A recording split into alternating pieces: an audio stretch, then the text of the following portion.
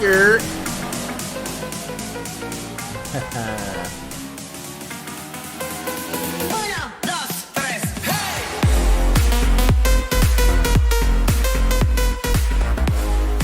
Here. What's up, chat? Happy Monday, man. It is August 30th, 2021.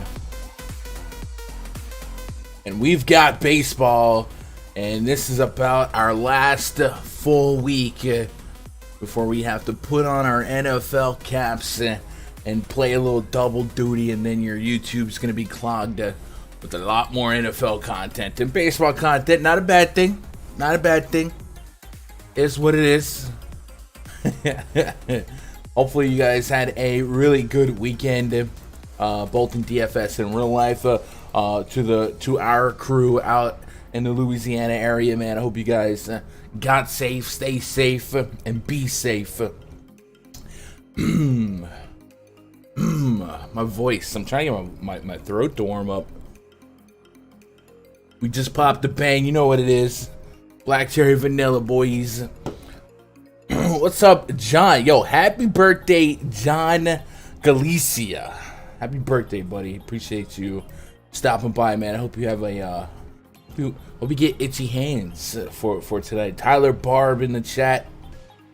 James Cox needs some good calls at SP1, SP2, option single entry. I know you'll break it down. We are going to go game by game and try to uncover everything. Dang Lazy Mofo, Jonathan Adams, Zach Wilson, Mia Moore, Danielle. What's up, Chelez? What's up, Rich Homie Quinn? Garcia, Ray giving me the warm and fuzzies. Let's go. Warm and fuzzies. We got, we are putting flavor on the vernacular of the DFS spectaculars. Chat, I got a gain filter on right now, so let me know if I'm cutting out. If I'm cutting out, I'll tweak it a little bit more. The main reason I have it on is so I can keep the air on, because right now it is 93 degrees, and usually when I stream, as a courtesy, I'll turn the air off so that the audio isn't, there's not a lot of white noise. I'll be real with you. There'll be a lot of white sweat if I turned the air off and broke down this slate for 90 minutes. So, let me know if we're cutting out. If we are, I'll try and turn the game just completely off. But if we're good, we're good, and then we're vibing. What up, Jim Steele? Welcome to the chat. What up, Jesse James? Shady. Yo, everyone, say hi to Matthew Taylor in chat. First of all, he is one of our vets. He's out there, active Air Force, but he's been a long time run DFSer. Was stationed in Texas for a while. Had to go to Arizona. Arizona was not a DFS or gambling friendly state, and now they've opened up. So he's back like he never left. So shout out to Shady in the chat. Jim Still is the first timer, plays a lot of single entry. Yo, welcome aboard, Jim, man. Single entry is awesome. Yesterday, VIP optimal lineup swept every single entry over 200 DKP. Somehow, some way, I had a lot of Joey Wendell and a lot of Lewis Robert. And like I was saying, I had Joey Wendell just because he was right in the thick of my favorite stack, the Rays.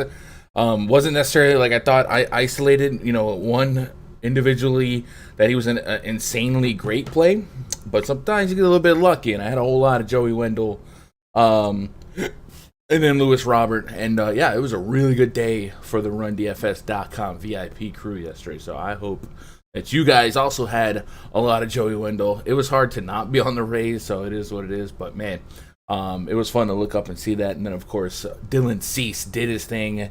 And we were there too, Greeting. What's up, Solid Picks? Missed him and Tucker. I guess I had a little Tucker, but I didn't have a ton. I thought the Astros were gonna be a lot better than they were. I'm never excited to play Greinke. I think I capped him at 15. I might have got to like 6 or 7. He just doesn't do it, man. Greinke is not great. And yesterday he just got destroyed. But yeah, like I said, Greinke, I was chasing Greinke strikeout props against the Royals, and then in 12 innings, back-to-back games, he had like 2 strikeouts. So I might be done with Zacharias. I'm just saying, here nobody wants Corbin Burns yet. How's this going? We got a poll for the day, chat. Corbin Burns, Zach Wheeler, Robbie Ray, or other. Looks like Robbie Ray is going to end up leading the charge, man. What up, Ducksworth? Appreciate the follow. You guys that are lurking, you want to participate in chat, all you got to do is click that little red subscribe button. It's literally free. And then you can jump in here, man. We chop up game by game, and we have a lot of fun doing so. And hopefully you guys, this isn't... I never want this to be a me giving advice thing. Like, obviously, I'm going to tell you what I'm doing. But this, I like it more as a group research session. So if you guys have already put in some legwork as we go game by game, maybe list what you're on, what you're thinking about each game. And we're a team, right? That's it. I know Shady meant in the live stream. Yeah, Shady being in the live stream is fun. Welcome back, Shady. Shady, it looked like Shady's ready to dive in head first, looking at the Discord. Chat, what are we doing? Do we want to go straight into the game? Do we want to do a plug? I don't want to front load the video with a bunch of plugs, so maybe we'll just start some research. You guys know what it is, RunDFS.com. We have only a couple of days left till the prices go to the September 1 prices, which is $30 a week, $100 a month. So right now, if you're new, $20 to get you a week pass. You can test it out, get into the spreadsheets, but also, more importantly, get into the RunDFS.com VIP spreadsheet. You'll get up to the minute alerts on lineups. We just found out that Josh Johnson hit a homer. Wilson Ramos, torn his ACL on his other knee, it looks like. Yesterday he got helped off the field. Big Dog just came back from an ACL, so that sucks. But in addition to that, 24/7 round the clock strategy discussion, and then every day before lock, I like to jump into pre-lock voice chats before the main slates, and this is not just for baseball. It'll be for basketball, it'll be for football, all that good stuff. So if you guys are new to DFS, I definitely encourage you to get into a community of grinders. I don't know why all my windows just minimized on me, but it did. There we go, back up. I don't know what I just hit for that to happen, but anyway, yeah, man, I definitely recommend you guys, even if it isn't my community, I definitely think being in a community of DFS grinders, guys that are, and girls watching the clock and keeping up to date with the news, that can hit you with that everyone tag. I think it's a near must in 2021. So if it ain't me, at least look for one. But we definitely welcome you to have to come to ours. We've got ballers at every bankroll level, millionaires, thousandaires, and quarteraires. So whatever your bankroll is, no matter what style of DFS you play, there's somebody in there to connect with. And I don't care how long you've been playing, a week or 5 months, man. There is no egos, and it's just a positive group, and we root for each other. Just got off a Heaney and put Kluber in. Don't do that. I don't think Kluber's gonna have enough pitches. Well, we'll talk about it, but I just think I wouldn't get cute at pitcher today. And I don't know. Yeah, I wouldn't do that, but we'll talk about it. What up, Ducks? Been following last couple weeks. Good info, man. I appreciate that, buddy. All right, let's talk some baseball. Let's go game by game. We'll get to the Yankee game and kind of really spin the Kluber versus Heaney thing. But Kluber, I don't think is going to pitch strong enough to be a viable play today. I don't want to get too cute on a slate that gives us upside pitchers, even decent floor pitchers. But let's go game by game. Game numero uno, the Philadelphia Phillies taking on the Washington Nationals. The Phillies have a 4.7 implied run total. Nats a 3.9. Josiah Gray on the bump, taking on Zach Wheeler. Zach Wheeler's 10 Ks. Definitely one of the pitchers that we'd have to consider and think about today. Wheeler on the road this season, a 3.12 xFIP, 26% K rate overall, and a 0.42 home run per nine. And of course, Wheeler, a stretched out pitcher, and he's stretched out more than your average bear. Oh, hey, boo boo. There are games I think we've seen him go 100 plus pretty easily, 100 to 100, 108, 105. So I do like pitchers like this that have a full magazine of bullets to fire, and it's even more beneficial on a site like Fanduel, where he's going to give you a stronger shot at that quality start. And then, of course, if you're going to go 7-8 innings, more likely to pick up the win if your team does put the decision on. He had 10 strikeouts against the Tampa Bay Rays, 7-6-11 his last couple games. 5 starts against the Nationals this season. He's only averaging 16 DKP. His last start, he got to 17.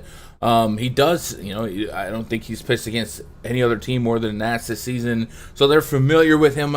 This incarnation of the Nats lineup, not necessarily the same one from earlier this season, but in terms of strikeouts, it doesn't have a ton, right? Alcides Escobar, just 11.6% K rate since this lineup just came out. So let's get the most accurate information. Lane Thomas, Alcides Escobar, Juan Soto, Josh Bell, Yadiel Hernandez, Kybert Ruiz is batting 6th. Carter Kieboom. That literally just came out. Yo, what up, Matt Giles, man? Welcome to the chat. How you doing today? I hope you're having a good Monday. All right, that's your confirmed lineup. So, as we're saying, this Nats lineup doesn't have a ton of high strikeout rates, 11.6% on Alcides Escobar, under 20% for Soto, Josh Bell, and Luis Garcia. But he could maybe make up the difference a little bit with Lane Thomas, Yadiel Hernandez, and the pitcher spot, Josiah Gray.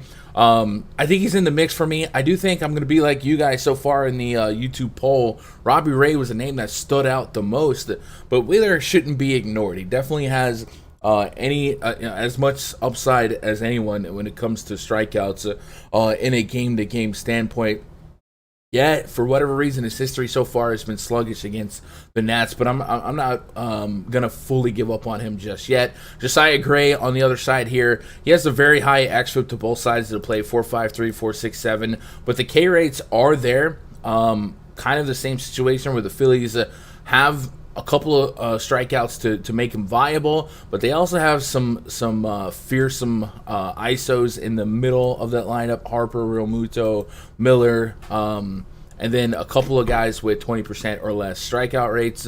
So I don't get the warm and fuzzies on Josiah Gray, but in a 100 plus lineup, portfolio to fill out, I don't think I eliminate Gray from contention. I think at 8,800, you give me a chip and a chair for 20 plus, I'm in.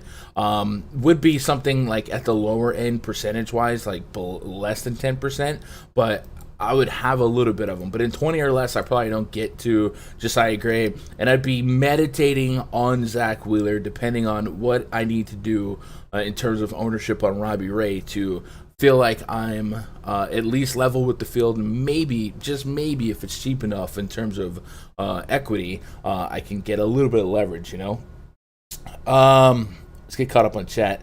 John Galicia just saw he should get 75 pitches. Who? Kluber? 75 is interesting. I haven't really absorbed his price and all that stuff. Jonathan M says, I like Bell a lot. So the thing with Zach Wheeler, like, even when he's like sluggish in terms of not having huge fantasy upside games, he's somebody that has a batted ball profile of not giving up a ton of power, right? So I don't know, that Washington game, he gave up 1 homer. So even though he only got 17 DKP, it wasn't really rewarding a lot of DFS friendly scoring, right? Against lefties, a 45% ground ball rate, 24% hard contact rate, and then against righties, a 57% ground ball rate, 23% hard contact rate. So I think that the average scenario here is if he's going against a hard to strike out team, there's a lot of ground balls and a lot of less than flattering DFS scoring at 10K. I still think if he gets 20 plus, you know me, I think any pitcher that gets you 20 plus gives you a puncher's chance at doing some damage in a tournament. And I think he could, but it's hard to isolate a bat against these batted ball metrics and say I like this spot here. Juan Soto, Josh Bell would absolutely be the first 2 guys I consider from the Nats, but that's like any day. But there's not necessarily a tell here in this Wheeler batted ball data to make me feel some kind of way about Bell here. Against Josiah Gray, he does allow some power to both sides of the plate. So 2.5 home run per 9 to lefties so far, 3.32 home run per 9 to righties. So I think what I would do there is be looking for a nice mix of low K rate to high ISO. And I think Bryce Harper's kind of a guy that fits the bill for me there. And then maybe some JT Realmuto. Bryce Harper's 6,400. That feels like a tall glass of water to sip on, so wouldn't be a core play for me by any stretch.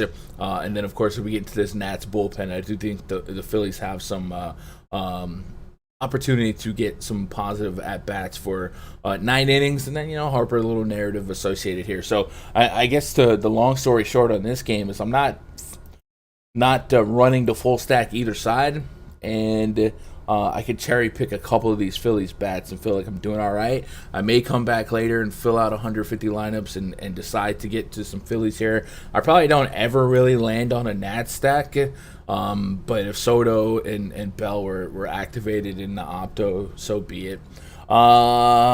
Solid Pick says, I'm not picking on the Nats. I'm good, bro. I'm kind of with you there. Nats feel better than they are, right? Like, they haven't been world shakers by any stretch, but they still have enough talent individually that I'm not running to pick on them, Orioles at the Blue Jays. Next game on the docket. Chris Ellis taking on Robbie Ray. The Blue Jays, minus 322 favorites. They have a 6.3 implied run total. And Robbie Ray, for some reason, is 9,700 on DraftKings. You're basically losing money if you don't play him, That's a little ridiculous. Also ridiculous is the most expensive pitcher on the slate is listed as a reliever on DraftKings. That's weird. But Robbie Ray, man, what can you say about Robbie Ray? His swing and strike rate is nuts. His strikeout potential is nuts. He's gone 7 innings or better in 3 straight games. White Sox, Detroit, Seattle. White Sox is a tough matchup. You could argue that Detroit and Seattle not really a tough matchup, but hey, the Orioles are not really a tough matchup, and he's gotten you 8+ Ks 3 games straight, and he's gotten to 100 pitches or better in 3 of his last 5 games, 4 of his last 6. So he's definitely somebody I think that has all of the check boxes ready to be X'd on. So Robbie Ray has to be I think the consensus pick so far, 50% of you guys have voted for Robbie Ray as your favorite GPP pitcher tonight. Because of that, like, I also think he's going to be the most trendy, most owned pitcher. But man, you can't really argue with the results here. The Orioles do have on the season a little bit better profile against left-handed pitchers than righties, but it's not enough to scare me. At one point, they were really, really good in WRC plus against lefties, and now they've been more stabilized to a little bit above average. And Robbie Ray's just been a monster. 31.6% overall strikeout rate on the season, a 15.4% swing and strike rate. And the expected ERA 3.44, Sierra 3.19. The WHIP is just over 1, and the ERA is sparkling. So you're going to give me some Robbie Ray, and I am going to likely stamp him as my highest owned pitcher, kind of like how we did Dylan Cease yesterday. If you want to pick on Robbie Ray, he will allow the homers to the right side of the plate. I think Ryan Mountcastle and Trey Mancini profile the best. Maybe Anthony Santander can get in there. Maybe if Robbie Ray's ownership peaked at like ridiculous levels for this size slate, I'm talking 40% or better, I'd probably in 150 have some of those what the heck head stacks, up to 3, 4, 5% Orioles stacks, but that's completely a tournament play where I'm just trying to maybe leverage the field for worst case scenario, because it's not like crazy to think Robbie Ray can give up some bombs here. I just really like the zone that he's in right now. And then we'll talk about the Blue Jays offense. I think George Springer looks like he should be back today. If he is, that's huge, and he's under 5K. If he's not, then we wait another day and you might see Bo Bichette lead off again. But this lineup is dirty, and they've been a much better home team on the season at all of their parks than they have been on the road. And they're going to get the pitching stylings of the Baltimore Orioles, which is not good. Balticores is what I've seen it dubbed as. Chris Ellis, 5,900 on DraftKings for a reason. He has just 7 innings of sample size in the big league so far, so maybe we take a minute to go look at his minor numbers, and then you guys don't need me to tell you that the bullpen is very, very generous to opposing offenses. What up, Antis Bolden? I hope he's chalk. I think a O stack is in play. I think a O stack is in play, but I also think Robbie Ray absolutely could be the highest scoring pitcher on the slate. So, I think both statements can be true this far out, and I think that's the beauty of baseball. Because I've been getting away with some Orioles on the last couple of slates against the Rays, right?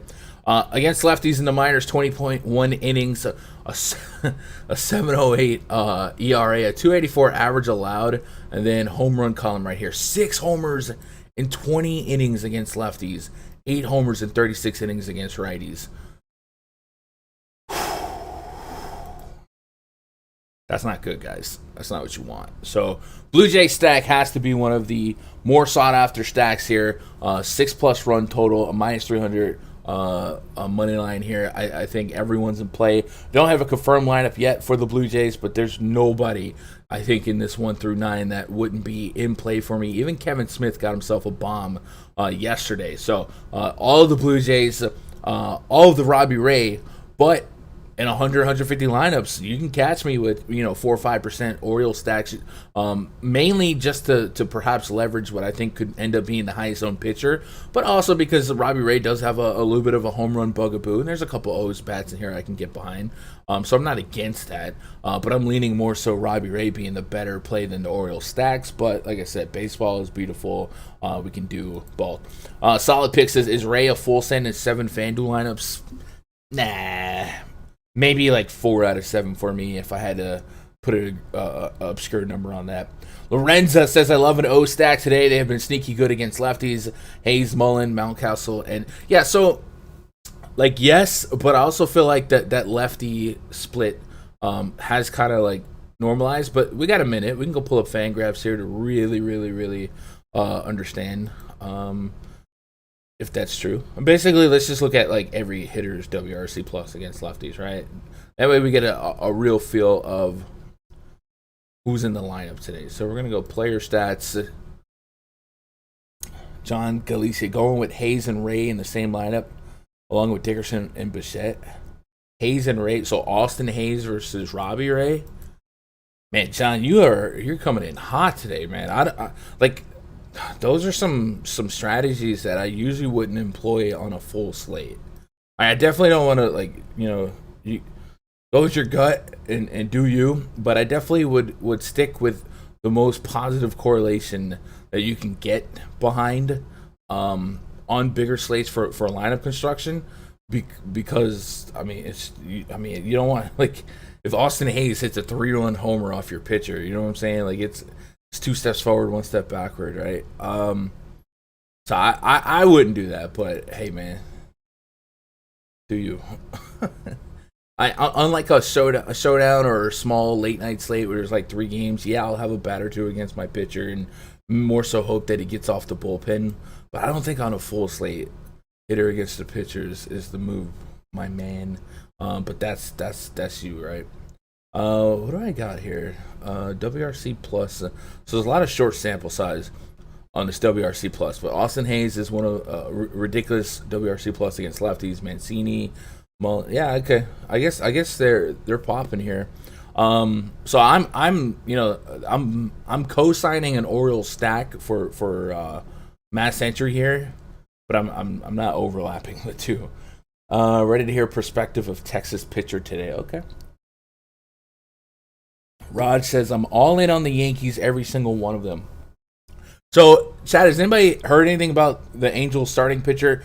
I know like DraftKings is preparing for it to maybe be Ohtani, but Ohtani had a scary incident the other day with his hand, and I just like figured that he's not, but he could, right? And Ohtani's not a human. He's a robot, so maybe he is good to go. But if it is Jose Quintana, which I'm also preparing for, I get it. But now I'm scared that Raj is on the Yankees, and Raj is the ultimate cooler, chat. So stay away from that. yeah, Raj was conveniently not here for the Blue Jays. Raj, where's my $100 at, boy? Tyler Bob says, pick your poison today, pay up for Robbie on Fanduel, or go with all the good bats out there today. It's Ray for me. I'm with that. I like it's not that hard to get high-end pitching on medium to big slates, because there's usually always an egregious misprice somewhere to kind of offset, right? You can grab a couple 2-3K bats that make it happen. Like yesterday, Joey Wendell and Lewis Robert happened to be those guys for me. But Jake Lamb also profiled well. Lately, Byron Bucks has been cheap. I know that's on the slate going right now, but you know what I'm saying. There's always some bats that are mispriced. So like, don't overthink the need for a bunch of 4 or 5K bats on Fanduel when you can offset it, right? Not all in on the Yankees. Hopefully the Yankees do. The Yankees can still collapse. Jays still have a chance. Stop it. Get some help. Red Sox at the Rays. Next game on the docket. Nick Pivetta taking on Luis Patino. The Rays have a 4.9 implied run total. The Red Sox 4.2. So this is a weird series as a Yankee fan, because I kind of need the Red Sox to get some dubs here.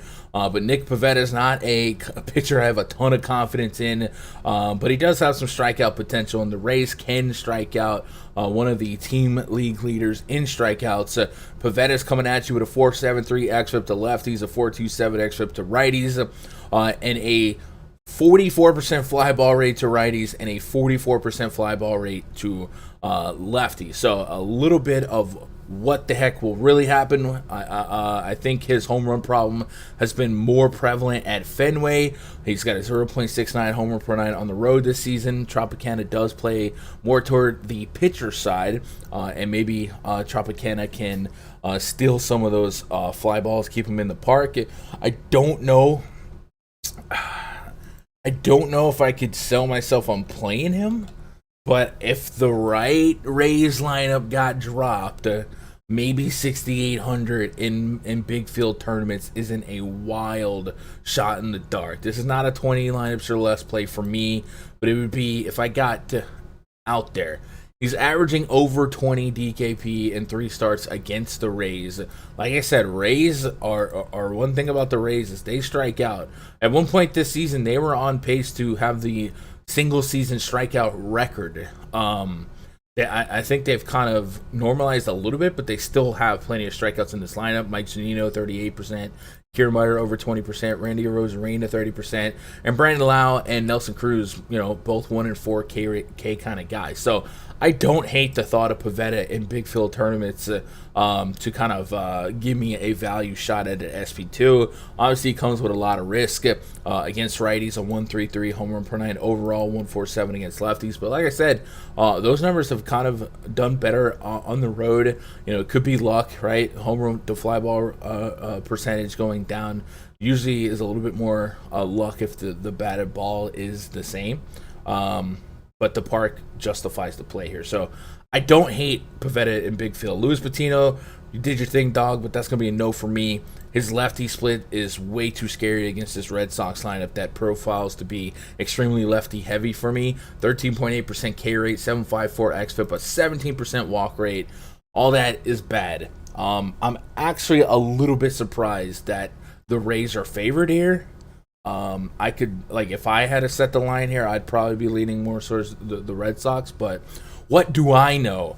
Schwarber led off yesterday. I would expect more of the same today while Kike Hernandez is down.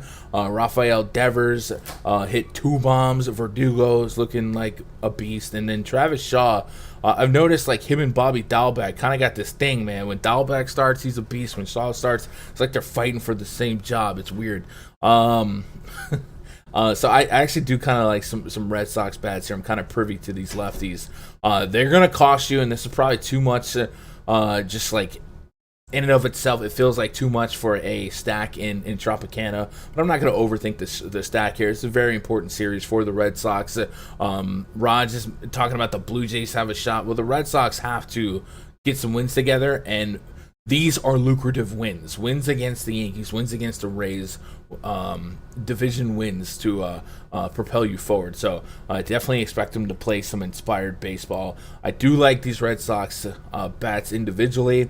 I don't know how much I would allow for full sending 4 or 5 man stacks because of where I'm at on the rest of my lineups, and I really do want to prioritize high-end pitching, but it make a lot of sense, especially against Patino. So Patino probably doesn't last too long based on these metrics, and then you dig into that Rays bullpen, which is pretty doggone good, cut the game in half. That's another thing that kind of scares me away, but 6 innings against the White Sox did his thing, I guess, for long enough, strong enough, but last start against Boston, 6 hits, 2 homers, that's kind of what I'm looking for. Give me a couple bombs. I don't need 10 runs. Give me a couple bombs from some of the lefties I do like. Yeah, let's get caught up on chat. Sean says Pivetta dominated the Rays earlier in the year, but he's seen major negative regression. Yeah, and Rays have changed. So Wander Franco has a massive on-base streak too. So the irony of gun hitting Raj with the Jordan meme. Oh, if they only knew. Lorenzo says, if it is Quintana, this might be the Yankees' letdown game. People having a biased perspective of Quintana and the Yankees' wins lately. I believe the Yankees will be the highest owned stack on the slate. Higher than the Blue Jays? You think so? It wouldn't shock me, but, man, I don't know. Rays are a dominant home team. Sox aren't in good form at all, really. Makes perfect sense for the Rays favored. They'll win. Makes perfect sense. I mean, yeah, I really think they just got the home court advantage. I feel like if this game's in Fenway, I feel like just the home team is favored. But what do you mean in form lately? I think that the biggest problem with the Red Sox form is that the best hitters in their lineup the last 2 weeks aren't in the lineup today. Kike Hernandez and Hunter Renfroe have been monsters for them. And so not having them is big. But, I mean, Patino's splits really, really favor this projected lineup. So I'm not too worried about form here. I'm more worried about the game getting cut in half with that bullpen. Austin Meadows starting to look Hopkins from the Phillies. Austin Meadows is starting to look Hopkins from the Phillies. I'm sure you just got auto-corrected, but I can't even figure that one out. Look Hopkins from the Phillies. Like Hoskins from the Phillies? Like Reese Hoskins? Is that okay? So Austin Meadows is starting to look like Reese Hoskins from the Phillies. All right, that's an interesting comp. Yeah. So Nick Pivetta, I think this is one of those spots where I do kind of cover my bases on ranges of outcomes in 100, 150. Like I said, I don't think I get to Pivetta in 20 or less lineups, probably, unless I really sold myself on whatever Rays lineup does come out being a massive spot for him. But if I wanted to cherry pick against Pivetta, I think Nelson Cruz is somebody that I would be looking at. Mike Zunino and Nelson Cruz both have really, really high bomb ratings in the bomb detector. Zunino, you guys know the flaw with him is this near 40% K rate. He was number one on the bomb detector yesterday, and he drew a walk in his first at bat. And I always feel salty when the high bomb detector guys draw walks because I need them to swing. And then the number two guy in the bomb detector, Jordan Luplow, hits one. I was like, gosh dang it. You see that, Zunino? That's what we need. From now on, that's how you drive. So, yeah, if I had to pick two, it'd be Cruz and probably Zunino, but Pivetta does have enough strikeout stuff to righties that Zunino is a lot more riskier today than I thought he was yesterday. And then Wander Franco's been a monster, you know? Let's move on to the next game. Rockies at the Rangers. German Marquez taking on AJ Alexy. So we need to do some homework here on what an AJ Alexy is. So we're going to go pull up MILB and see if we can't get a card on AJ Alexy out of his Round Rock AAA team. 6'4", 23 years of age. It's like a young gun. Let's pull up his game log.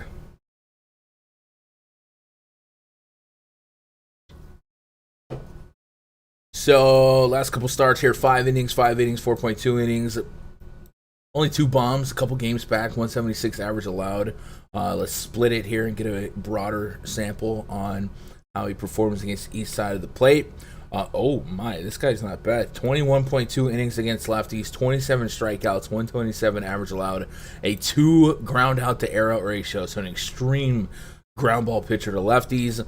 28.2 innings to righties, 30 strikeouts, over a strikeout per inning, 208 average allowed, still a low average, 4 bombs. So all of his homers this season have come to the right side of the plate, a 0.52 ground out to air out. So it looks like he's a fly ball pitcher to righties, a ground ball pitcher to lefties. Both sides, he's a strikeout pitcher, but he's actually been better against lefties than righties in all of the metrics. So that's what we're dealing with. He is kind of cheap. The Rockies on the road. Are we about to do this? Let me see if we got any info in his blurb on what we might expect. The Rangers will call up Alexy from AAA Round Rock to start Monday's game against the Rockies. Chris Halleck of SI.com reports Alexy will join Jake Latz and Glenn Otto to become the third new pitcher to enter the Texas rotation in the past week, while the Rangers await the return of Mike Foltynewicz, Dane Dunning, and Spencer Howard, and Drew Anderson from the COVID-19 injured list. Texas could get at least one of those pitchers back by the end of the coming week, but Alexy would have a case to stick around with the big club if he can deliver a quality outing in his MLB debut Monday. Over 65 innings between round right, blah, blah, blah, blah. So he's gone 5 innings in his last couple starts. He's fully stretched out. It's 4,700 on DraftKings. We know the Rockies on the road. They got this stigma to them, right? Team stats. Let's do it. I might.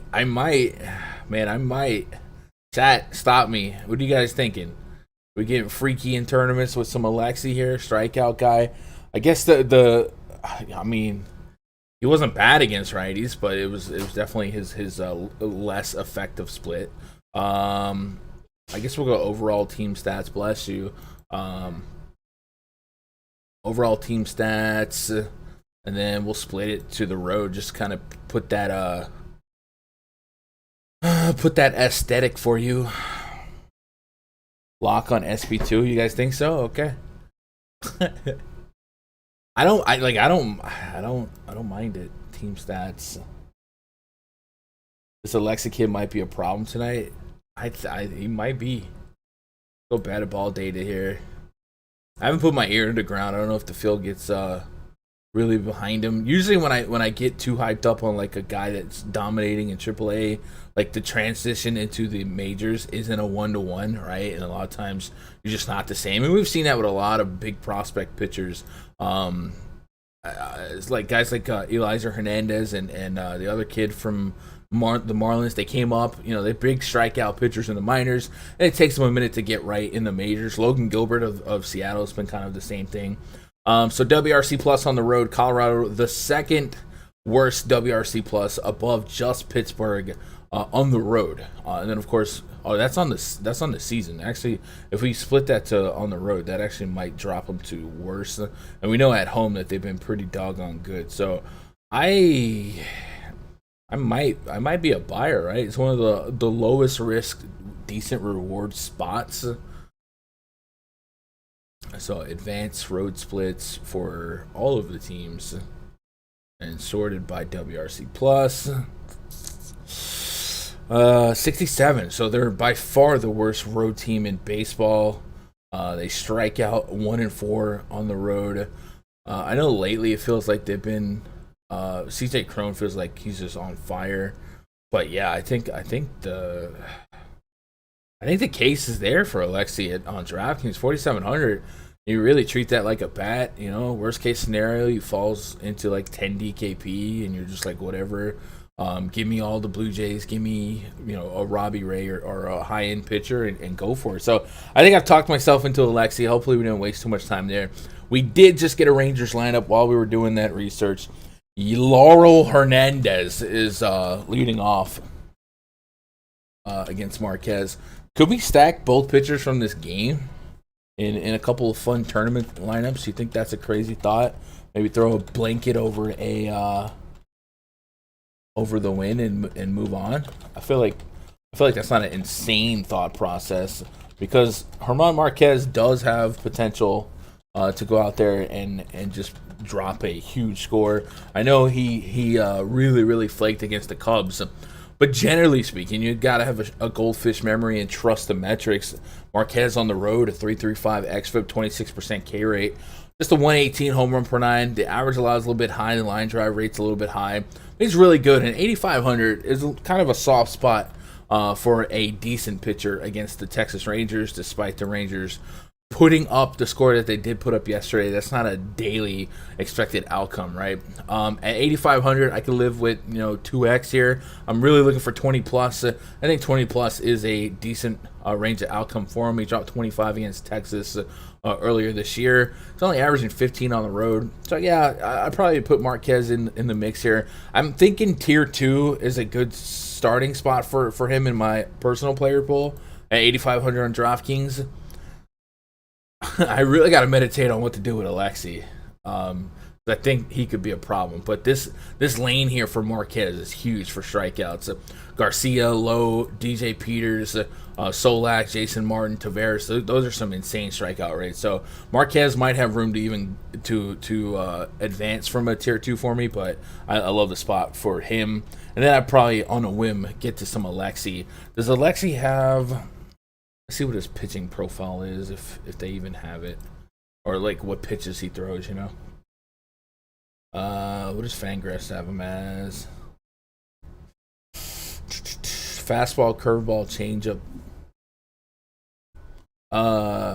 So his fastball, they got 60 out of 60 on his fastball, curveball, and changeup not as high, and his command isn't great. Did I sleep on walks here? 12 walks in 21 innings. So maybe I didn't emphasize his walk problem, but he does have a little bit of a walk problem here, so that could be a problem. Also, could be a catalyst on why he's only gone 5 innings his last couple starts. Let me just real quick revisit that to see if that has surfaced. So go back to game logs. I hate to, Chad, I hope you don't mind spending all this time on one pitcher, but it's an unknown, and an unknown pitcher could be an edge on the slate sometimes, in terms of not just playing him but also picking on him. So walks. So he had 1 walk his last start, 2, and then 3 the start before. And we've seen him have as many as 5 walks in his July 24th start. So strikeout pitcher with a little bit of a walk problem. So it's not without risk, but we're there. Let's get caught up on chat.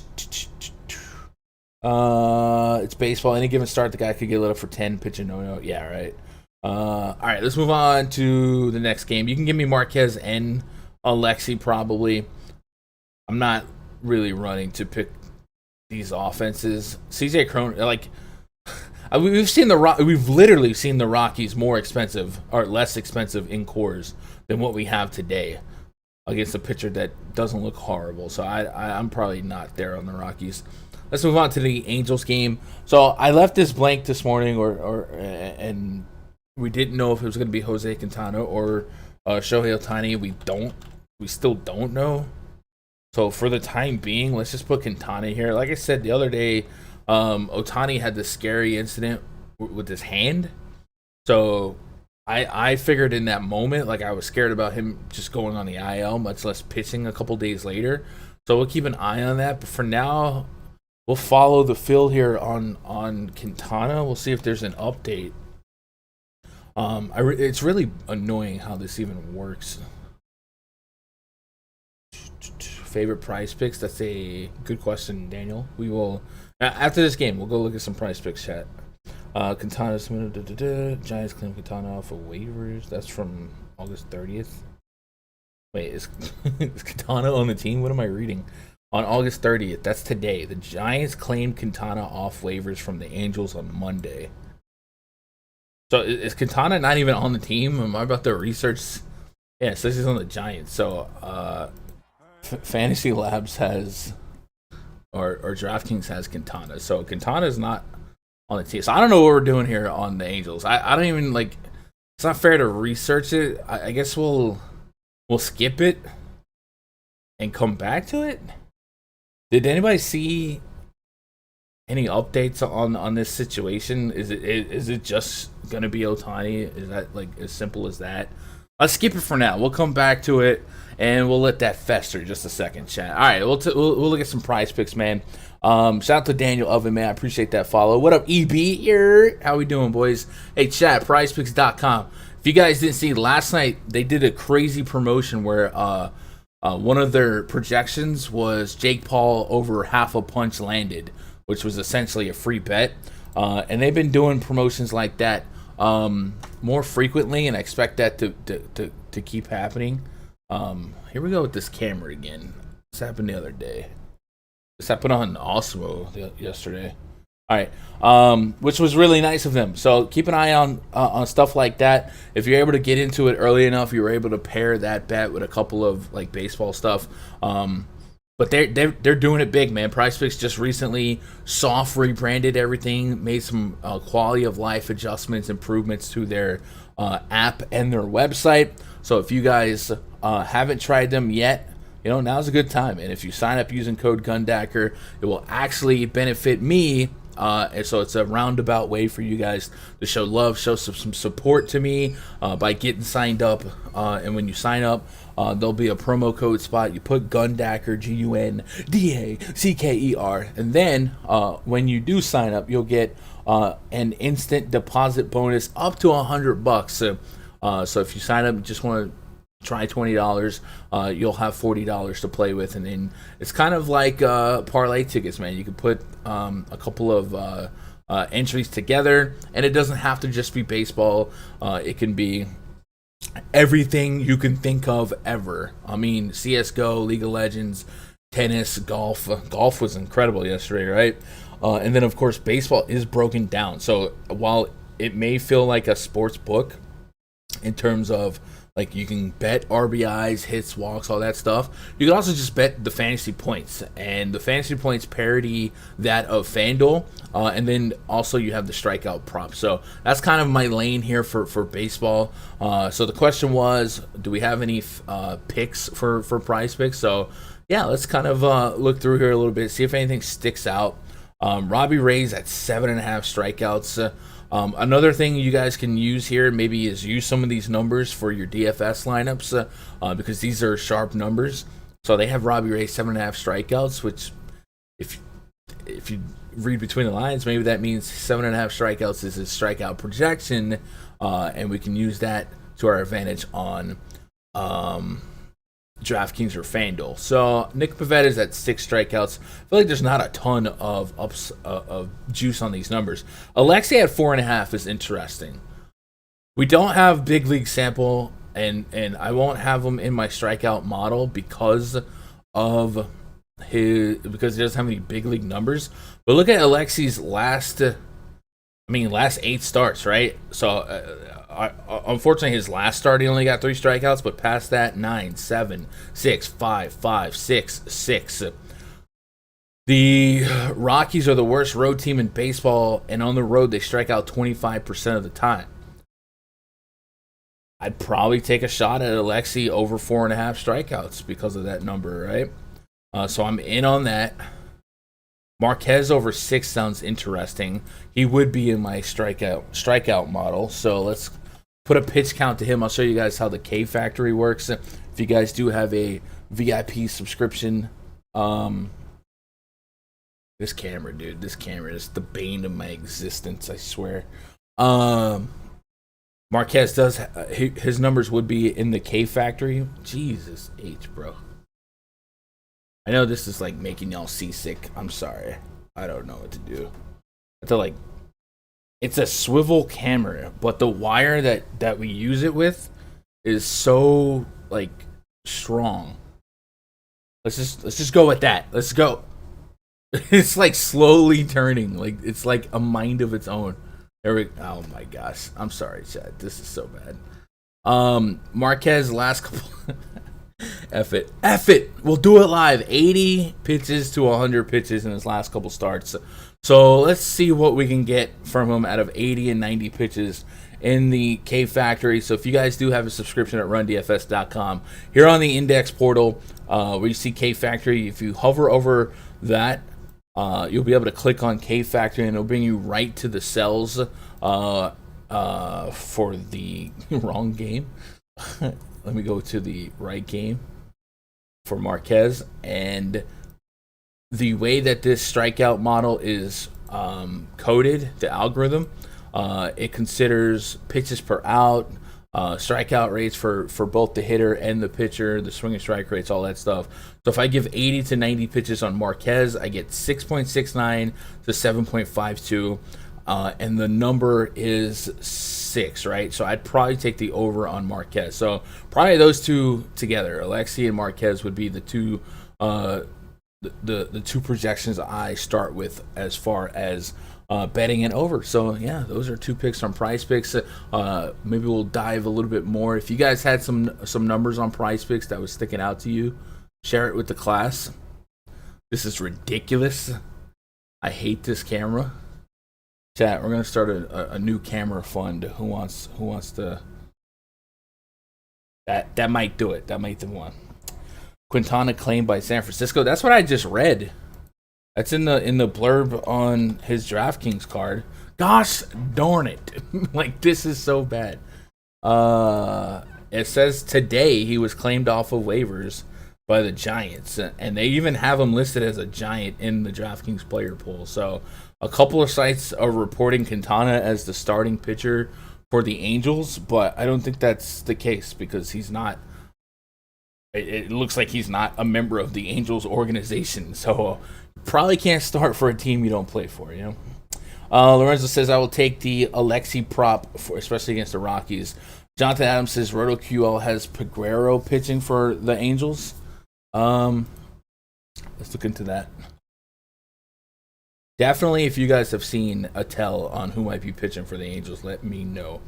Peguero took the right-hander, received his first call to the majors Wednesday, made his debut, blah, blah, blah. Yeah, I don't have a for sure name, so I don't want to mislead anybody. I also don't want to waste time researching somebody that it may not be. But we'll put it this way: if it's Ohtani's good.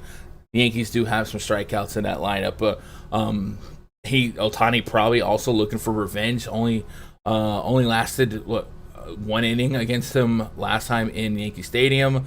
Yankees yesterday, the last 2 games really got held down by righties, Frankie Montas, Paul Blackburn. So Ohtani isn't a crazy play, but at the same time, like I'd be kind of shocked if he played based on what we saw with his hand the other day. And the Yankees are a team that Could go from massive chalk if it's not Ohtani to average ownership if it is Ohtani. Outside of Aaron Judge, this is an extremely cheap lineup. I mean, the Yankees are cheaper than the Rockies, and that's a problem. So I could absolutely understand. Somebody earlier was speculating that the Yankees might be the highest owned stack. If it's not Ohtani, I could see that, and that's more so based on these prices. These are way too low. Yikes. You got something that says Kyle Tyler. EB Gun, do you factor in jet lag effect on teams traveling far west or east? I think east to west is it east to west where you lose out, whichever one that you lose like 3 hours. That might be a little bit more. It's not something that I factor in because it's like, how do I quantify it in numbers? That for me, that's more of a basketball thing because there is a MAW rating, there is a little bit more physical exertion in basketball, a little, right? I haven't really overthought that for baseball. I'm not saying it is or isn't a factor, but it isn't something that I personally do, and we don't see it a lot. Usually, baseball's pretty solid with their travel. But no, it hasn't been something that I factor. But you mentioned the Giants in Atlanta. Yeah, maybe. They played. Maybe. So Kyle Tyler is the name you guys should make his way to the majors. Success. All right, so we'll look at Tyler since we're here. I don't trust guys with two first names, y'all. I just don't. Well, let's see what he's cooking with. Jesse James and Ohtani tomorrow. So we got Kyle Tyler. Chat, we can corroborate this. Kyle Tyler today, Ohtani tomorrow. I appreciate you guys for getting a scoop. So Tyler in the minors, 32 innings against lefties, 240 average allowed, 28 strikeouts, less than a strikeout per. 2 homers in 32 innings, 167 ground out to air out ratio. So he's a ground ball pitcher to lefties, 39 innings to righties, 6 homers allowed. It's a little high. 45 strikeouts in 39 innings. So strikeout pitcher to righties, 227 average, a 0.8 ground out to air out ratio, and a 129 whip. So he seems like serviceable, right? Definitely not the worst pitcher on the staff. He's a righty. He's 24 years old, and let's see his last couple starts in the minors. I'm mad I can't lock Alexi on Fanduel. So the thing with Alexi is I wouldn't feel great at projecting him for 5-6 innings. Also, this Tyler kid, 3 innings, 4 innings, 4 innings. He hasn't gone more than 4 innings since July 18th. So I don't know. It doesn't look like he's having great games lately. Oh yeah, he's actually getting smacked up lately. So I don't know if it's Jesus, 10 hits in 2 innings against Las Vegas. So he was definitely getting beat up there. 4 hits last 2 starts. Kind of mixed bag enough. So I obviously we're not going to play Kyle Tyler, but it was worth looking at. Ted Nugent, appreciate that follow. I think we live in the same town, bro. Corey Kluber pitching for the Yankees. So Kluber's somebody that I saw mentioned in chat earlier. I think Kluber's still working his way up, so I wouldn't expect a deep pitch count on him. And I also saw that Andrew Heaney would likely be coming in after him. So I think if Kluber goes 3 and he has like a solid 3 innings, you just take the W's and you let Heaney take over. So Kluber at 7,400, I don't think there's meat on the bone at that price point. He's already kind of not like a super comfortable play. And then when Heaney comes in, Heaney's priced up at 6,900. On DraftKings, I guess if you thought he still had 5 innings in him, which he might, I think there's a way he can steal the win. And this is a high strikeout matchup to Angels. They strike out more to righties than lefties. This lineup does. Like if I switch this R to an L, look at all this red in the strikeout column. And it's still pretty high. We just downgrade Fletcher, Gosselin, and Iglesias. So I actually don't think the Heaney move on DraftKings is crazy. On FanDuel, though, you would be disqualified from the quality start since he's not the starting pitcher, and that does mean something to me. So it would be probably just a DraftKings move. And how much is Heaney on FanDuel? Just out of curiosity. 7K on FanDuel, 69 on. Yeah, so probably it would probably just be a DraftKings move. Also, yeah, it pitched out of the bullpen, blah blah blah. Heaney shifts into a traditional bullpen role moving forward. It's projected to piggyback Kluber in multi-inning role Monday. Yeah, all right. I just hate for Heaney to go 3 innings and then yank him, but I think I could put him in my player pool on DraftKings and not feel the worst. Do we think Kluber goes more than 50 pitches? I don't think it. I think it's more of an innings thing. 50 would probably be high anyway. I think if you get 2 or 3 solid innings out of Kluber, you take it and you walk away. I just think we're getting such a glass ceiling at 7,400 that I'm probably gonna not go there. Right, 1,000 more is gonna get me German Marquez, and at what Kluber might get, I probably still just take a gamble on the Rangers pitcher. No picture from that game, just Yankees bats. Yeah, Yankees bats way too cheap. I don't know how this happened. Even if it's Ohtani, I'd probably be in at these prices on the Yankees. So what can you do? Chat, we got 68 people hanging out. Yo, that's love. I appreciate that. We are, I think, like 71 is the concurrent record for our MLB stream. Is it 71 or 79? It might be 79. So maybe we make some history today, man. I appreciate that, though. If you guys are appreciative or you're enjoying the content, or if you're just bored and you want to exercise the finger, hit that thumbs up button. I would surely appreciate it. Maybe it'll help me buy a new camera because I think it's time. This camera is good, but it just moves by itself, and it's so frustrating. Padres at the D-backs. Next game on the docket. Chris Paddock taking on Tyler Gilbert. Gilbert. Last time out against the Padres, good things happened. That was a Padres team that did not have Fernando Tatis. This team does. Ever since that game, Gilbert's bled red a little bit more, and he has shown us more of a contact type of profile, right?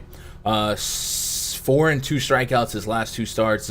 He gave up 3 hits, 3 walks, so his whip was over 1.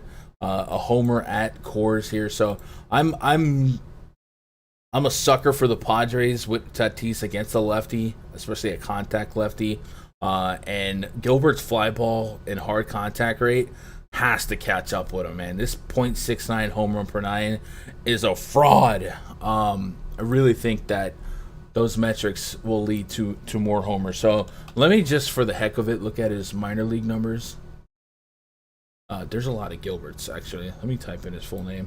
Let me look at his minor league numbers to see if home runs to righty was a thing, to project regression on that. But it really feels like this hard contact rate mixed with this fly ball rate is not going to survive at a 0.69 home run per 9 clip. And then, of course, Manny Machado, Fernando Tatis, Will Myers, Tommy Pham, all names that stick out as Padres against lefties. So 34 innings in the minors against righties, just 2 homers with a 0.83 home ground out to fly out ratio and a 147 whip to lefties. So he was actually struggling a little bit more against lefties. 6,300 for Tatis, 4,800 for Machado. Pham is 4.4. Pham is way cheaper on FanDuel in context of the salary cap than DraftKings. So at 2,800, he'd probably make a little bit more of my lineups over there. And then Will Myers, 2,800 on FanDuel, but 34 on DK I can get to as well. Austin Nola, catcher in the middle of the player pool that has a little bit of power against lefties. So I'm in on some Padres here, but maybe not as aggressively as I want to be, just because how they've been playing and how Gilbert's been getting away with some stuff. 5.6 is your run total for the Padres. The D-backs bullpen is exploitable as well. So I'm in on the Padres stack. Not a front front line stack, right? Probably not a top 3 stack for me, but would be a stack that I'm getting to in my mass entry. Yeah. Ted says, "Glenn, curious to hear your thoughts on Cueto." Oh, we're about to get to that one. It should be more, bro. You're the best, man. I appreciate that. Hey, you guys know in basketball, man, we're getting hundreds of views, but it's always been like baseball. Just no one cares, and that's not a me thing. I don't think. I think that's just a baseball thing. But lately, you guys have definitely been showing some love and growing. I'm sure the rub from Osmo is helping quite a bit. But they, last year, even with 5K subscribers, we were doing 10, 20 views on some baseball breakdowns. So like it really means something that you guys are tripling that this season, and it gives me it gives me more motivation to keep putting these out because it's a rabid crowd. You guys are out here grinding the dog days of summer, and these are the hardest days to play DFS. Is August MLB DFS. It is frustrating and it is high variant, but you guys are out here, so I appreciate you guys. Love the content we've tuned. I appreciate that. Next game on the docket: Brewers and the Giants. Brewers will be throwing Corbin Burnes, Johnny Cueto on the bump for the Giants. Giants a 3.5 implied run total. Corbin Burnes' offense, the Brewers 4.1. So neither offense projected to do big things. Burnes is 10.2K. He is just 300 more than Robbie Ray, 500 more than Robbie Ray. So the case to be made here is in a 1v1. Most of you guys, looks like 55% of you guys, are on Robbie Ray. And I would have to assume that that's representative of the field as well, right? Robbie Ray, even if it's just a what have you done for me lately, right? You look at the last 2 starts or whatever, Robbie Ray's going to get that click more than Burnes is, more than likely. So maybe in tournaments, Burnes is the move here, but I think we can all say that the matchup is way harder for Burnes than it is for Robbie Ray. Giants, I believe, have the most wins in baseball, right? So it is something to kind of look out for and be cautious of and cognitive of. But Corbin Burnes is also, arguably one of the best pitchers in all of baseball, with a 34% overall K rate and a 51.4% ground ball rate. So there's a lot to like about Corbin Burnes. Yesterday the Giants got shut out. So I'll have some Burnes. I think the tournament play in my mind is maybe get a little bit more Burnes just to maybe push back against Robbie Ray, and maybe even correlate maybe some Burnes and a couple of Orioles bats. Not even an Orioles stack, but a couple of the most menacing Orioles bats to like double correlate against a potential Ray bust. It's just something to spin. Cueto, the question was about what do we think about Johnny Cueto? So against this Brewers team, just generally as Cueto as a pitcher, I don't often pitch just because he doesn't generate a ton of strikeouts, at least not by metric sake. He has just a 9.9% swinging strike rate, a 20.6% overall K rate, so that's a 1 in 5 K rate. So like I don't usually play him. Last couple games, 2, 3, there's a 7, a 5. Milwaukee put up 8 DKP. I don't think he's going to be a guy I put in my player pool today. He is averaging 18 DKP in Oracle, though. So maybe there's something to be said about home cooking for him. Maybe at 7K you can live with 18. I really want to know that 20 plus is in the wheelhouse for me today. So I'm not there on Cueto, but like I could understand if you had a soft landing for 16 DKP, you think that's possible here. I could understand it. I don't think I'm going to click there, but I don't think he's like a bat. Like he's not, I don't want to go out there and like stack the Brewers to a crazy extent. So I don't want to make the decision for you, but I probably am not touching Cueto. He does have a 133 overall, 133 home run per 9 to lefties. So maybe a Colton Wong, Christian Yelich, Omar Narvaez, somebody like that steals one. Obviously, Yelich will profile the best. He's kind of had a struggling year. But for the most part, nobody on the bomb detector on the Brewers team has over a 4 rating. And on the Giants side, nobody has over a 4 rating. So expect this game to be a little bit more of a pitcher's duel than a shootout. And that's all I got to say about that. Lorenzo says, awesome, did help me follow me. Yeah, I know you have, Lorenzo, but I'm saying like more people or I'm not oblivious to the put in wrestling. We call it the rub, right? I'm not oblivious to the rub that I got from being able to do some work and partner with some of those guys, right? We just need him to lunch pail it through 6 at that price. Yeah, no, I mean, if he gives you 6 strong and maybe steals a win, like I can get it. Like, he can scoop those points. I usually target the guys that I'm thinking can get me the strikeouts, strikeout per inning type guys. Cueto doesn't he doesn't make me warm and fuzzy, but like I'm not stacking against him, so like I can understand why you would be there. We got a couple games left. Dodgers, we still got time. I don't know why I felt like I'm losing time here. I usually like to get off the air by 3 or 4:40, 4:50 ish. But we're vibing. Also, chat, we have 2 season-long drafts tonight. The $150 league, we put up a video. We're going to draft that tonight. We also have a $100 league, and this is DraftKings scoring, and I have a lot of spots left, more than I thought I would. So if you guys are looking to add to your season-long portfolio and you want to play along and hang out with some DFS boys, DM me on Twitter. $100 entry, first pay, first serve, PayPal, and then we're drafting tonight, and we'll get you set up. So it's set to be a 12-man league. More than likely, we'll have to walk that number backwards. But it's one of those things where the $150 league literally filled in minutes. Like, I posted in Discord, hey, and then it just filled. I was like, all right, that filled. Let me do an overflow league. And for some reason, this one is having a harder time filling. So if you guys want to play some season-long football with us, it is DraftKings scoring, the bonuses. It's literally everything that drafts. So if you're already doing your DraftKings research and stuff like that, it can correlate with your season-long or vice versa.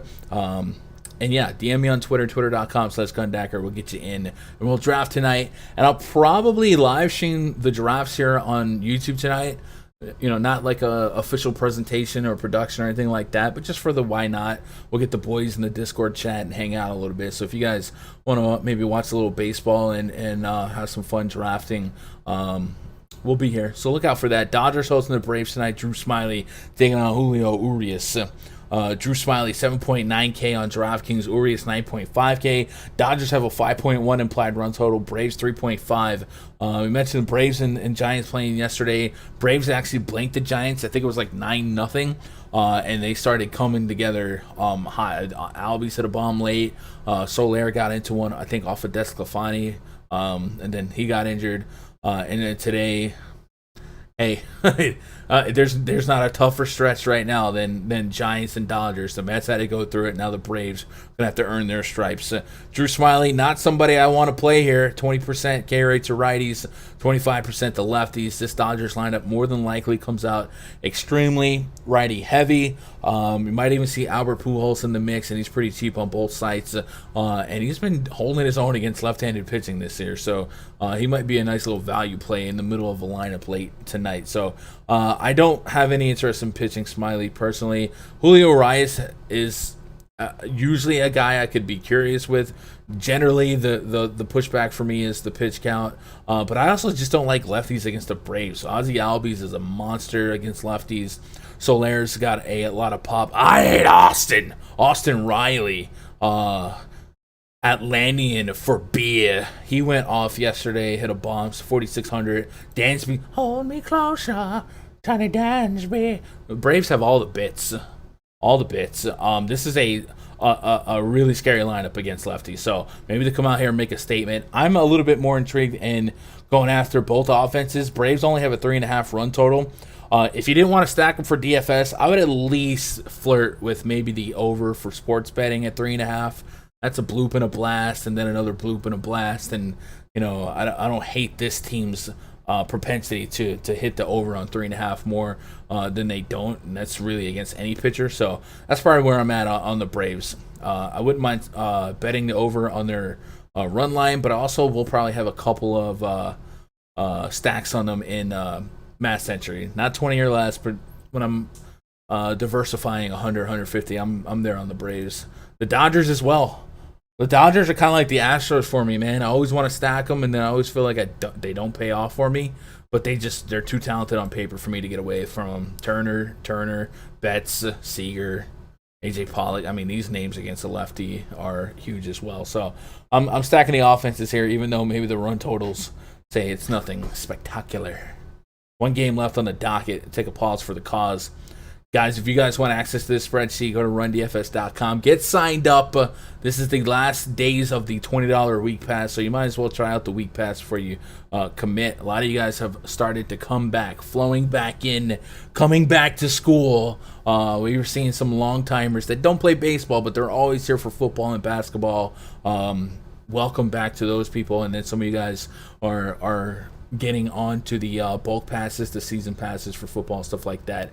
It is a great time to onboard now before it gets too busy in 2 weeks, because I can spend a little bit more time with you guys in the voice chat and answer any like strategy questions. Obviously, I'm in voice chat every day, but for those of you that are really new, I have more time now to dedicate towards getting you guys set up to where you need to be. So yeah, if you want to join, it's a good time. RunDFS.com. Let's see what you guys got in chat before we move on. Josh Gilham says Bailey Ober at 65% on the showdown slate is the top scorer. Oof. Hey, Bailey Ober just might be good. I don't know if you've like watched him. He's like a 7-foot tall monster. Little weird delivery, had a rough start to his big league career, but I do think he's going to be average plus, so maybe he's not like an ace, but I keep an eye on him going forward. At the end, can we look at Galvis versus Gray? Absolutely. After we break down this next game, I'm gonna go back and update any lineups that got confirmed, and then we'll freestyle some questions. I don't mind. I fade Ober at 65%. He crushes. I play Brandon Lau leading off at 5%. He gets 0. Devers gets 0. Cost me $3K. So I'm ready for NFL. Josh, man, I know the variance in baseball is frustrating, but remember, I still think you'll have better mental health if you embrace the variance, right? You can still cash highly with zeros in your lineups. I've seen negative scoring pitcher. I've seen Taylor Widener. I'm not honest to God. Taylor Widener, the D-backs pitcher, won a tournament earlier this year with negative fantasy points. So the spin of that is if you have a 0 in basketball, you probably don't even cash. If you have a 0 in baseball, you could still bink a tournament. So at least embrace the variance, right? There's still some good in the bad. Braves are my friends in the Giants series. Back on rival status now, though. Oh, okay, we got Dodgers fans standing. Who gave a Dodgers fan a mod status? Got a Dodgers cap and a Braves cap. Oh no! I remember when we had Otis Nixon in the Braves outfield. Big times. Mariners hosting the Astros boys and girls. Luis Garcia taking on Chris Flexen on my haters. Astros have a 4.8 implied run total. The Mariners 3.8. I click play on my daily Astros analysis. More than likely they'll project lower owned than they should be, and they could pop off. Like yesterday, they are expensive. 5.1K, 6K, 5.9K, 5K. Like, they cost you, and when they bust, it hurts even more than the normal bust. But I mean, it's just still just like a really talented team. They're one of the best. I think they are the best road team. They don't strike out. They have a lot of ISO. So if you're at the slot machine, if yesterday was your first day sitting at the slot machine, put some quarters in. I'm going to keep putting quarters in. And Edith is not getting my Astros money. No sirree, Bob.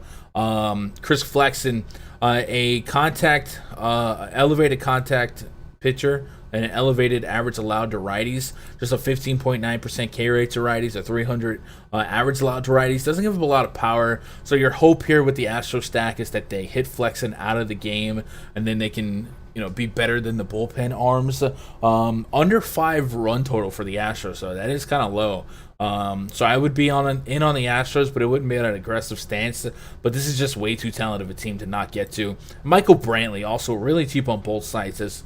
I think he might be leading the league in batting average. So you just in the middle of Altuve, Gurriel, Alvarez, like the RBI and run potential for him is pretty high for a guy who can get multi-hit games and going against a contact pitcher. So I'm in on the Astros, but I'm not going to go crazy with encouraging you guys to stack them. I'm just thinking generally they project lower owned than they should be, and generally that's what I'm looking for, right? It doesn't have to work out every day, just one day a week, and hopefully that day comes and they're really low and I got them. Obviously, we're not playing Chris Flexen here. It's 8,200. How did this even happen? 8,200 for Flexen against the Astros with like a 15% cumulative K rate. Just seems like why. Obviously now it's gonna happen, but 20 plus in 2 games straight, sure.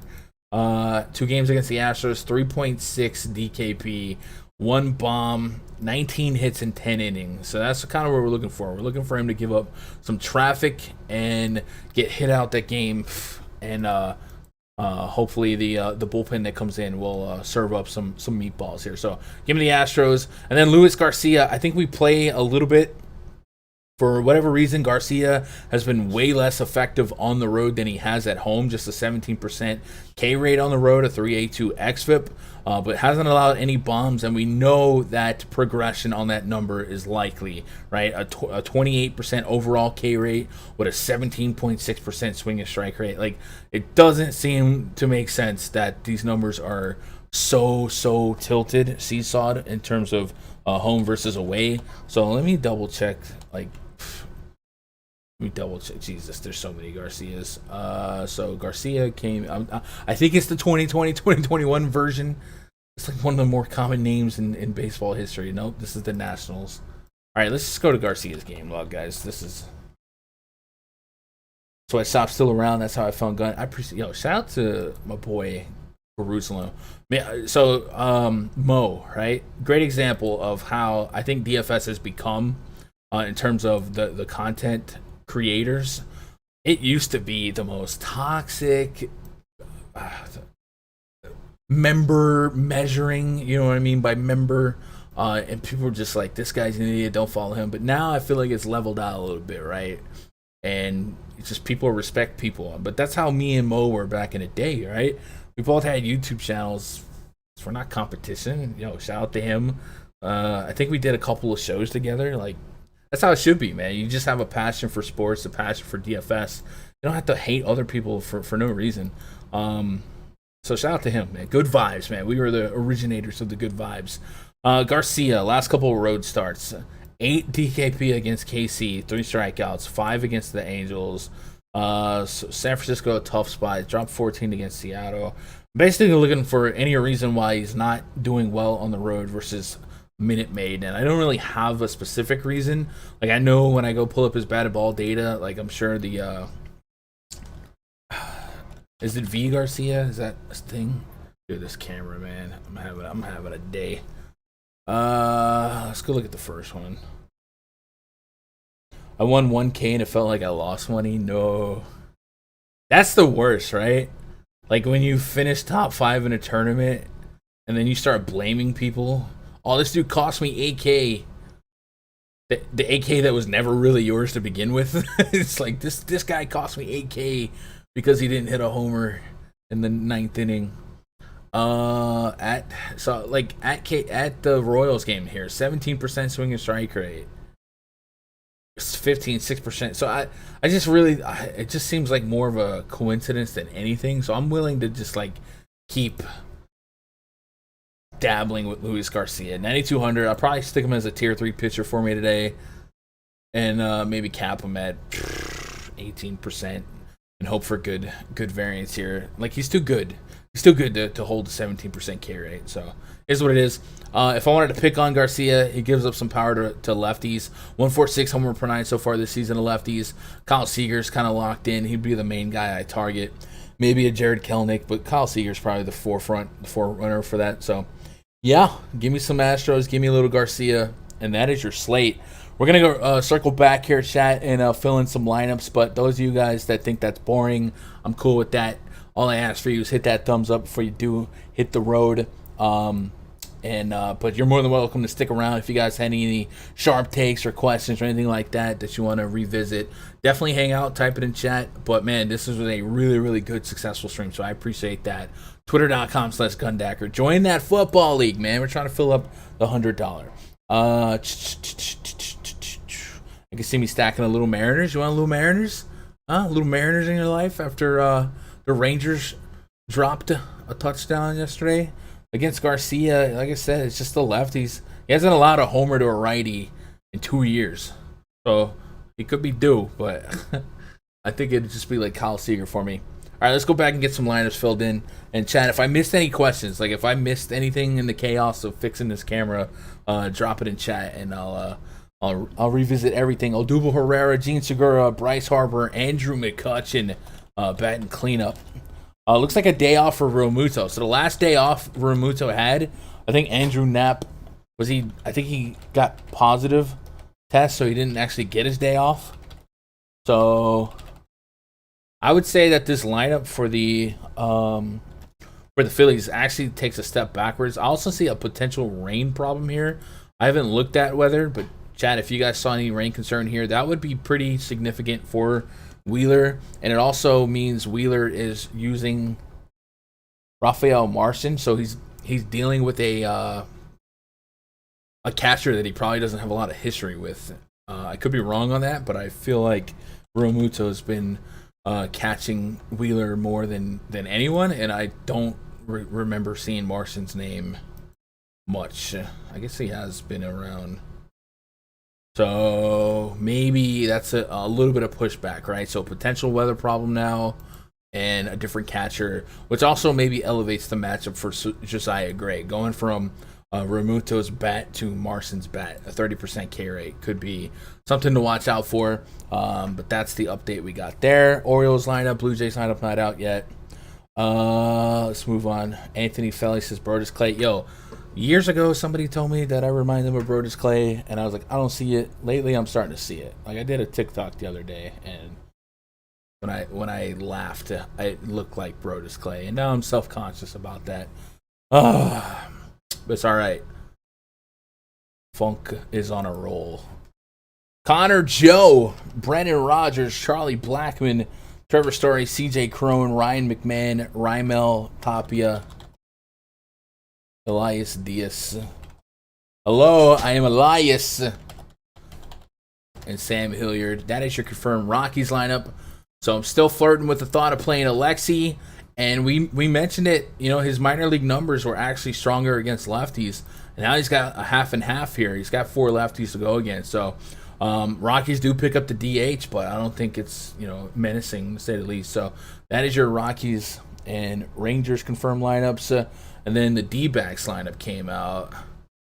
Josh Rojas, Ketel Marte, Pavin Smith, Christian Walker, no Carson Kelly, David Peralta, Josh Van Meter, Dalton Varsho, Nick Ahmed, and Tyler Gilbert. So that's your D-backs lineup. Not anything spectacular. Guys, we didn't really talk about Chris Paddock, right? I don't think he's 5,600.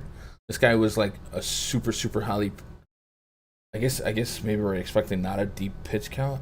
Activated from 10-day injured list. He last pitched, the 27th of July, so he's been out there for a month. Went to 100 pitches. We got some rehab starts.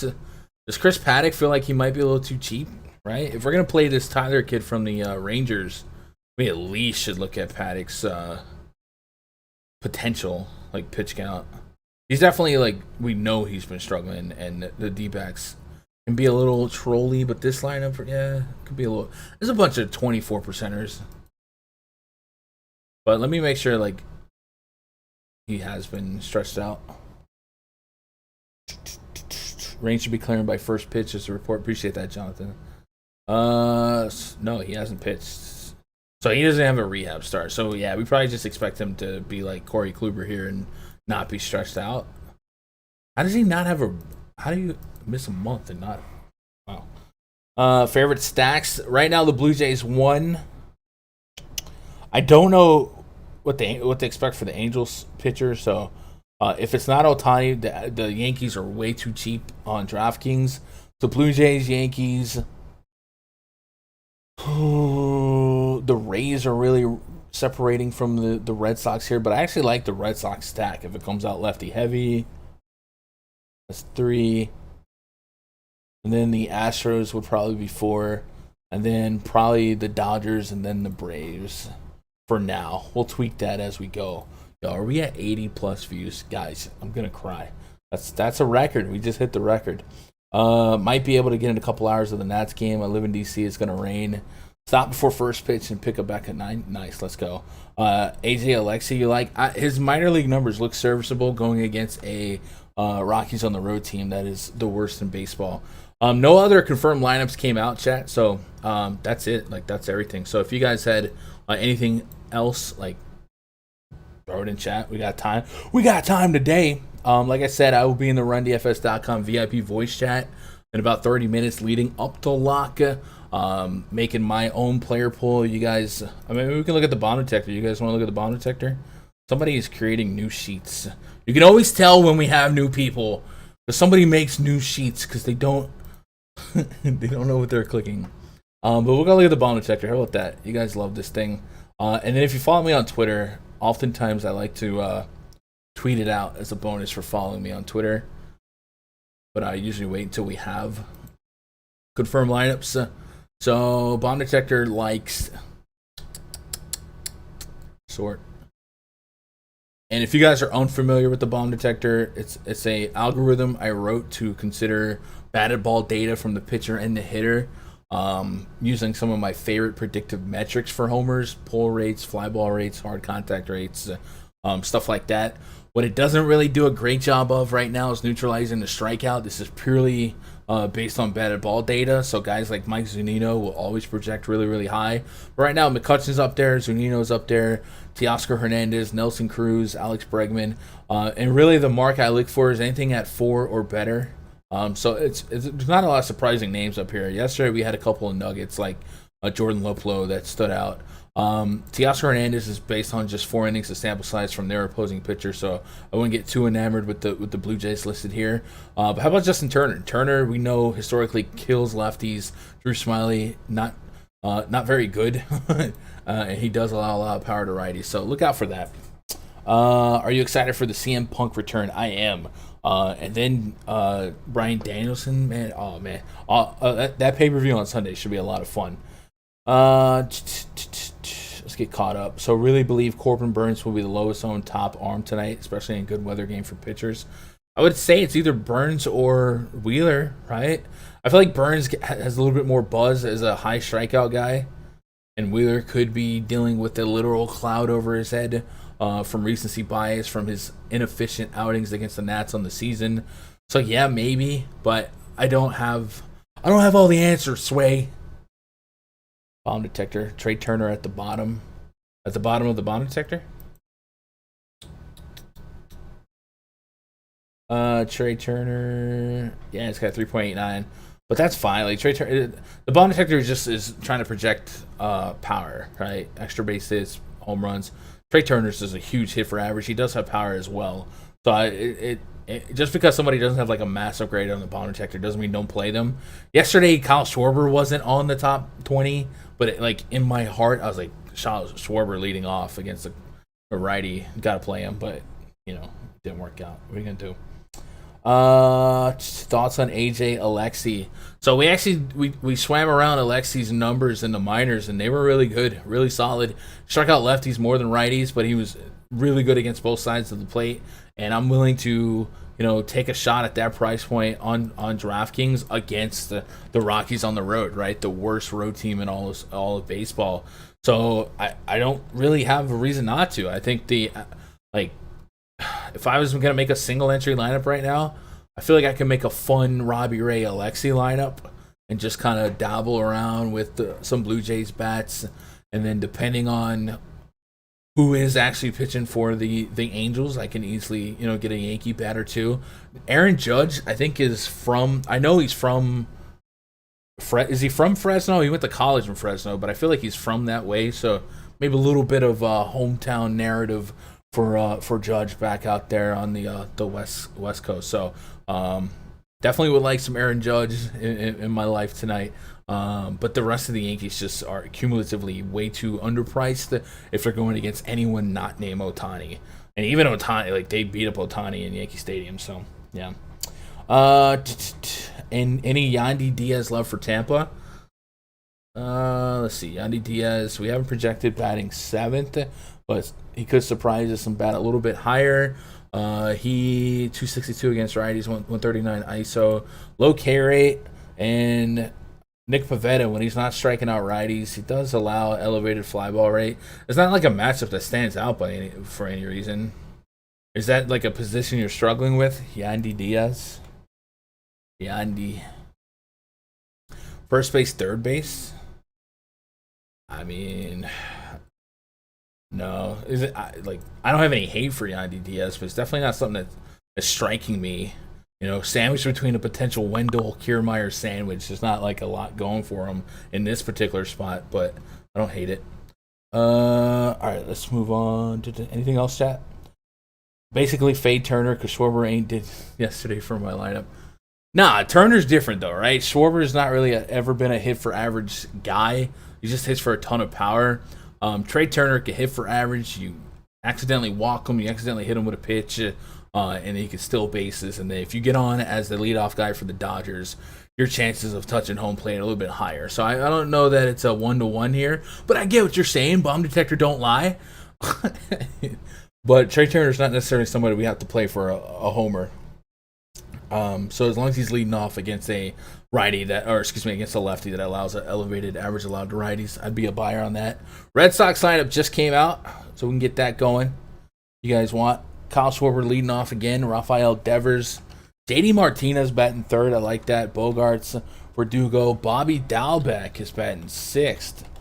Christian Vasquez. So no Travis Shaw today. Looks like Dalbec made enough impact yesterday. And then Munoz. I don't know if you guys saw that play yesterday where Munoz was impeding the runner. It essentially got shoved out the way.